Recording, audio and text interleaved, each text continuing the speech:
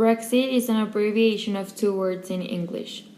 Britain, which means Great Britain, and exit, which means output, which means the output of the United Kingdom of the European Union. The European Union is an economic and political association of 28 countries. The UK joined what was then called the European Economic Community in 1973, and after renegotiating the terms of its entry, held a referendum in 1975 on permanence. Britons voted to stay. In 1993, he joined the single market, which promotes the free movement of goods and people as if member states were a single country, not adopted the euro and still has its own currency, the pound sterling. UK had a complex relationship with the European Union, the issue of independence versus centralization. In early 2016, Prime Minister Cameron negotiated new special conditions for the country if the British decided to remain in the European Union. The European Union is an organization open to the world, funded on shared values of freedom, democracy, rule of law, and respect for human rights. Among its strategy objectives is the consolidation of stable and united democratic Europe. With its own voice on the international scene, 28 countries are involved. UK output is a blow to the European project, whose origins was the idea of avoiding another major war on the continent after bloodletting that marked World War II. The United Kingdom consists of England, Wales, Scotland, and Northern Ireland. Member states of the European Union are Austria, Belgium, Bulgaria, Croatia, Cyprus, Denmark, Slovakia, Slovenia, Spain, Estonia, Finland, France, Greece, Ireland, Italy, Latvia, Lithuania, Luxembourg, Malta, Netherlands, Poland, Portugal, United Kingdom, Czech Republic, Romania, and Sweden. The single European market is a free trade zone that includes the free movement of goods and services, people, and capital. In 1975, a Labour government renegotiated the conditions of permanence, and after achieving his claims, called for a referendum on staying in British voted for permanence. In 1979, Margaret Thatcher won the election, who again raised new demands and gets concessions in finance, agriculture, and fisheries. In 1992, they asked for and achieved that the term of Maastricht Treaty, which is federal, is eliminated and that the European Union Acts did not have legislative character. They were excluded from the first stage of monetary union, the euro, preventing the outside the single currency of the union. 1997. The Treaty of Amsterdam excluded one of its most important content, which was the free movement of people. 2007, accepted the Lisbon Treaty, but with important exceptions. 2012, he stayed out of the Stability Pact.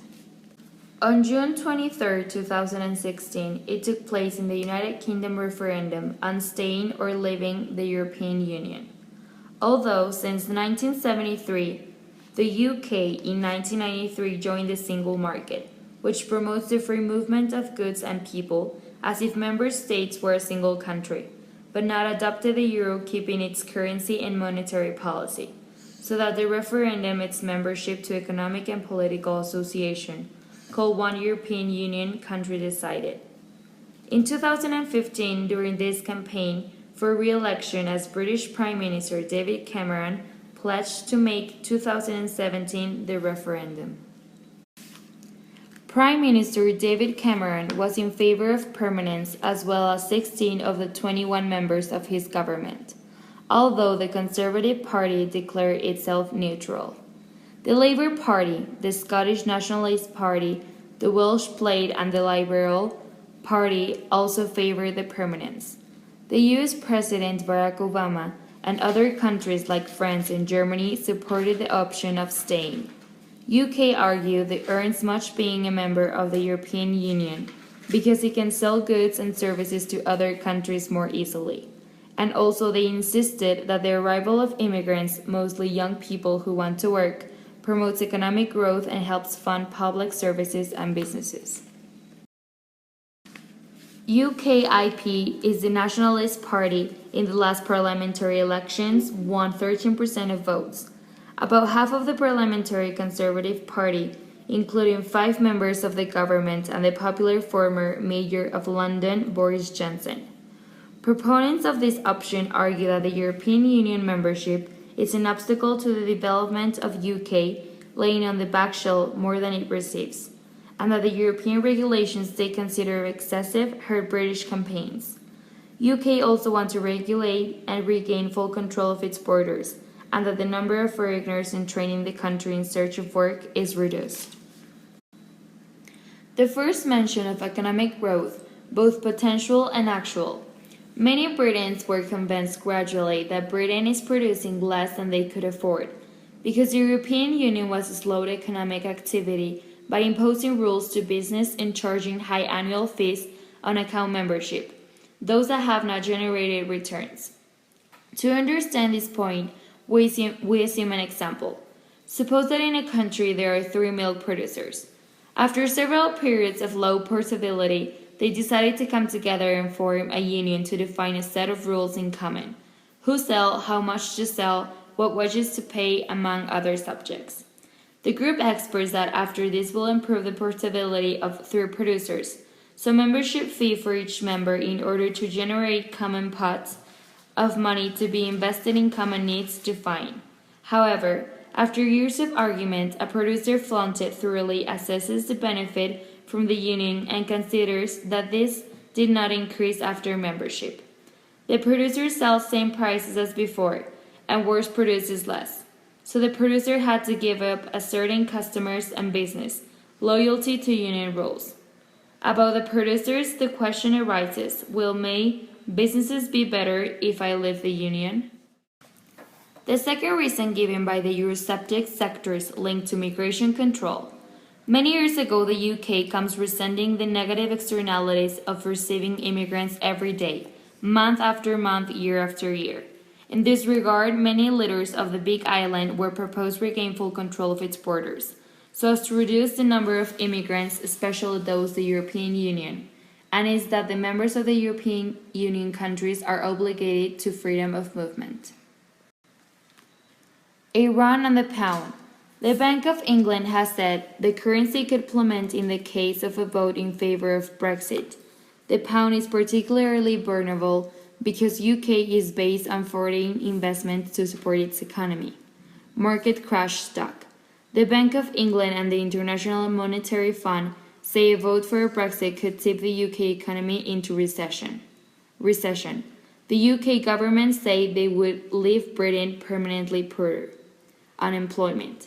The government has warned that a Brexit put hundreds of thousands of jobs at risk. The recession would raise unemployment, and some large companies and banks could also relocate its staff in Germany or France to avoid the interruptions in their business within the European Union. Tax hikes and spending cuts. The UK Treasury said that the economic impact would make a hole in the budget, which is still fragile after the global financial crisis. He says he will have to raise taxes and cut spending to fill the gap. Britain is the 5th largest economy in the world. A recession would affect global growth, which is already weak and deteriorated. Produce and impact in Europe, which still struggles with a fragile economy and high unemployment and facing the worst refugee crisis since World War II. U.S. stocks could be affected due to the slower global growth, a stronger U.S. dollar, and alteration for U.S. campaigns in Europe. Many U.S. companies have their European headquarters in the UK. These global and other brands may be forced to move their operations and their staff to the European Union countries to ensure easy, continued access to those markets. A Brexit could trigger further political instability in the UK and Europe.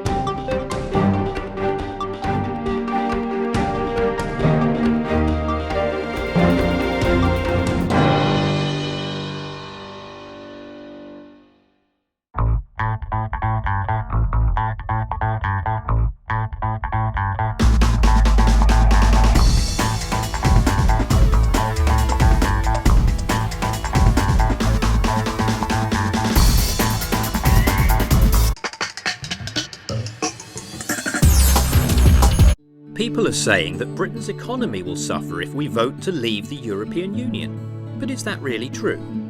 Well, the European Union is Britain's most important trade partner.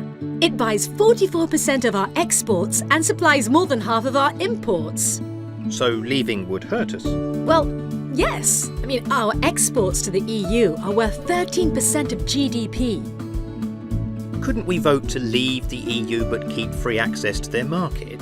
Isn't that what Norway does? Well, we could copy Norway, but there would be strings attached. What strings? Norway has to submit to Brussels regulations. Uh-huh. Norway has to keep its borders open to people from the European Union. I see. And Norway has to pay for its deal with the EU. Contribute to the budget without being a member? That sounds like taxation without representation. I suppose you could call it that. What about Switzerland? Or even Canada? I've heard Boris talking about that. Couldn't we follow what they do?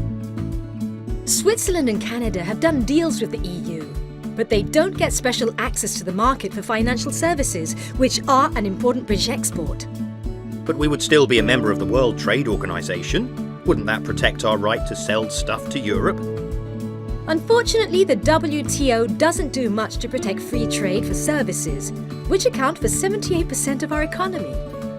But couldn't Britain negotiate a better deal than Norway's or Switzerland's? After all, the EU would be desperate to do a deal with us. It sells more to us than we sell to them. Actually, we would be the desperate ones. They export more to us, but they are bigger. So their exports to us account for only 3% of their national income.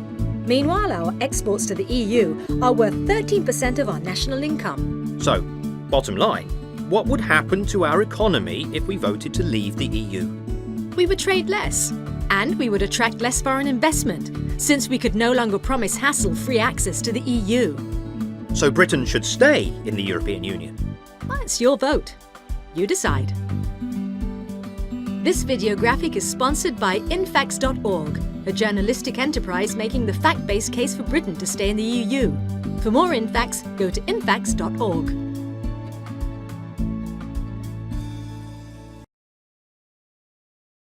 Welcome to the British Radio. The news for today are: the Irish leaders fear Brexit will bring economic disaster.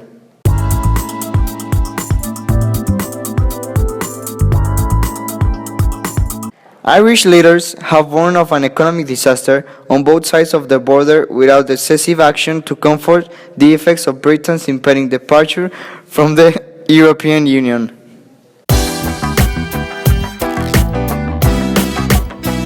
Amid warnings of incalculable consequences for the Irish Republic and Northern Ireland as the Brexit process unfolds, Ireland's Prime Minister Enda Kenny will convene an unprecedented cross-border summit of political leaders to consider what steps to take.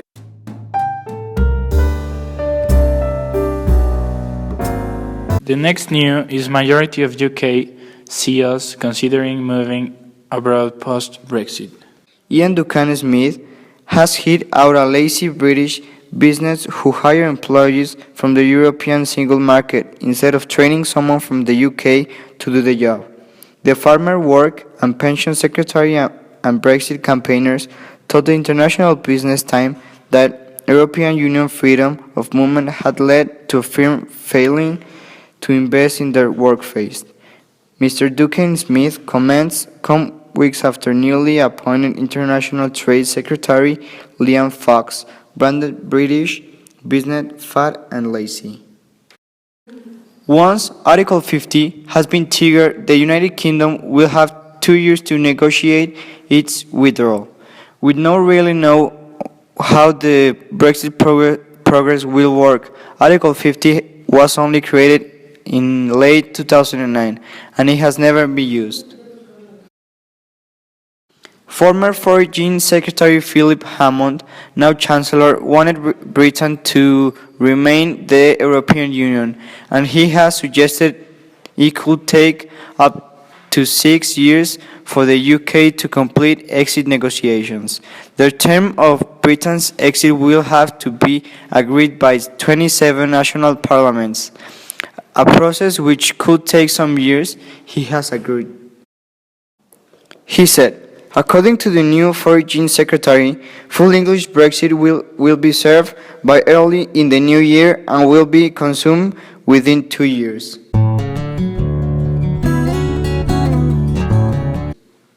The next news we're gonna talk about is what has actually happened so far in Brexit.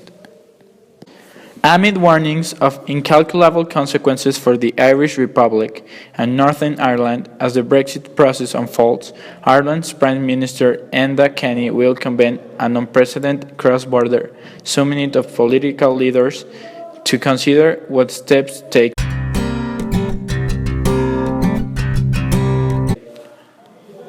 The next news we're gonna talk about is Brexit could cause radical work permit shake-up in English football as a decision between foreign stars and home-growth talent looms. John Smith expects this debate to erupt as the season unfolds and the government leads Britain out of the European Union, and is forced to set new work permit criteria for overseas players if they are not longer able to enjoy free movement of labor.